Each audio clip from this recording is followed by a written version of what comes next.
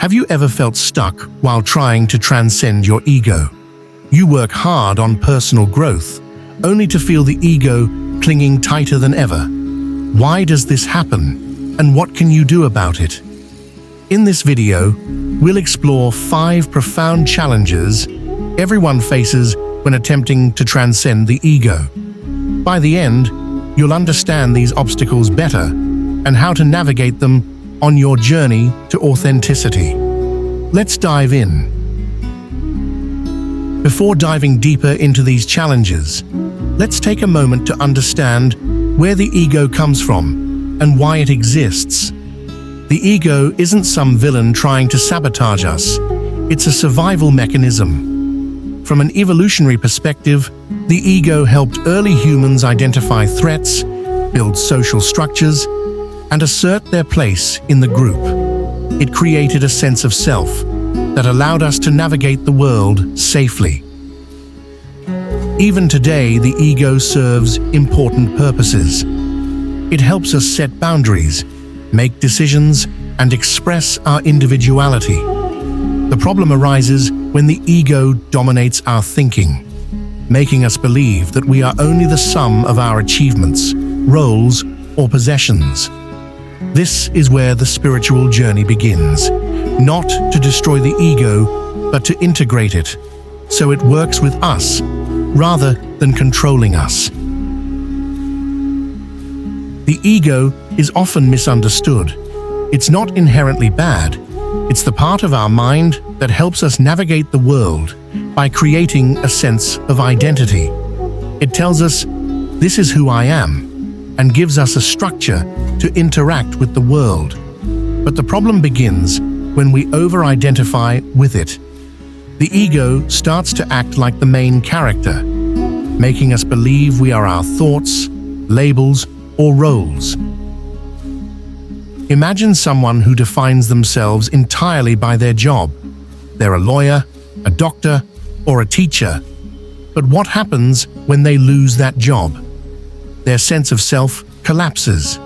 This dependency on external factors is where the ego becomes limiting. Recognizing that we are more than these labels is the first step, but it's not easy. One of the biggest challenges of transcending the ego is letting go of the identity we've built over time. Think about how many roles you play in life: parent, professional, friend, or partner. These roles help us function, but they can also trap us. For example, if you see yourself as successful, you might cling to achievements and fear failure because it threatens that identity. Letting go of such labels feels like stepping into the unknown. You might think, if I'm not this, then who am I?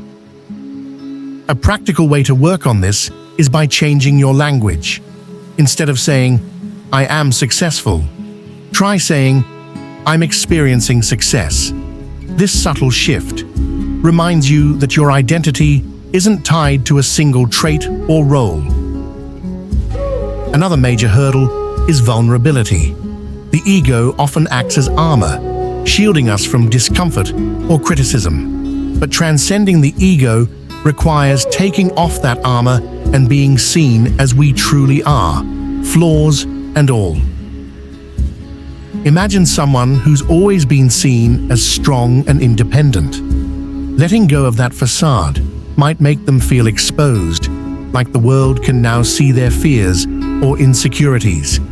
It's terrifying, but also liberating. Vulnerability allows us to form genuine connections with others, free from the ego's need to impress or control.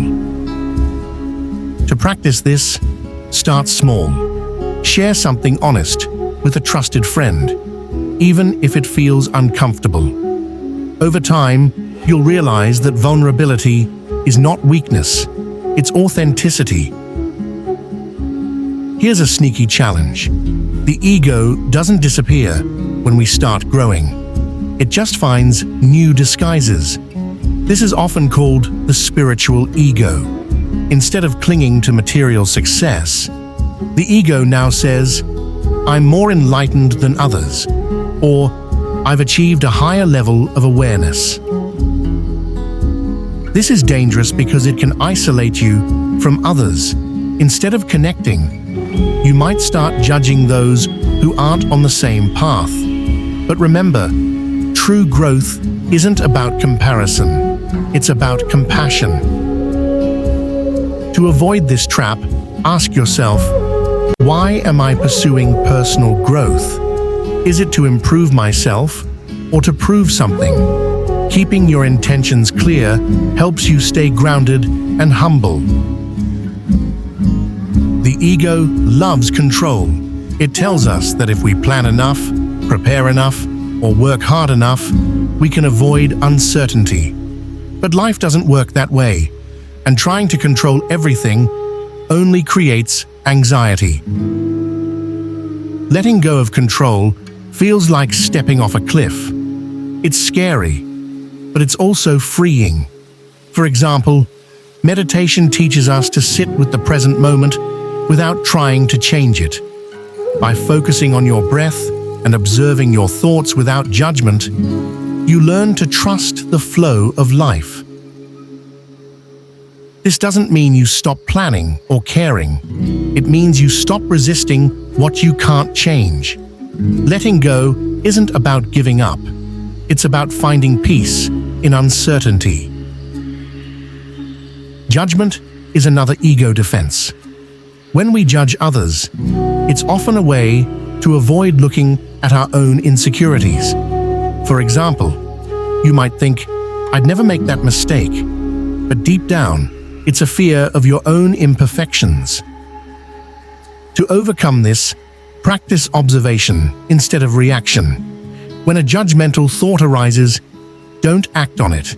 Instead, ask yourself, why am I reacting this way? What is this judgment really about? This self-awareness helps dissolve the ego's need to compare or criticize. Transcending the ego isn't about eliminating it. The ego is part of being human. It helps us navigate life. The goal is to bring awareness to its influence and learn to live in balance. We've discussed 5 key challenges: letting go of identity, embracing vulnerability, avoiding the spiritual ego, releasing control, and overcoming judgment. These obstacles are part of the process, but each one brings you closer to your authentic self. So, what challenges have you faced while working on your ego? Share your experiences in the comments. Let's support each other on this journey of growth. And if you're curious about techniques to quiet the ego, check out our next video. Don't forget to subscribe and turn on notifications. See you there.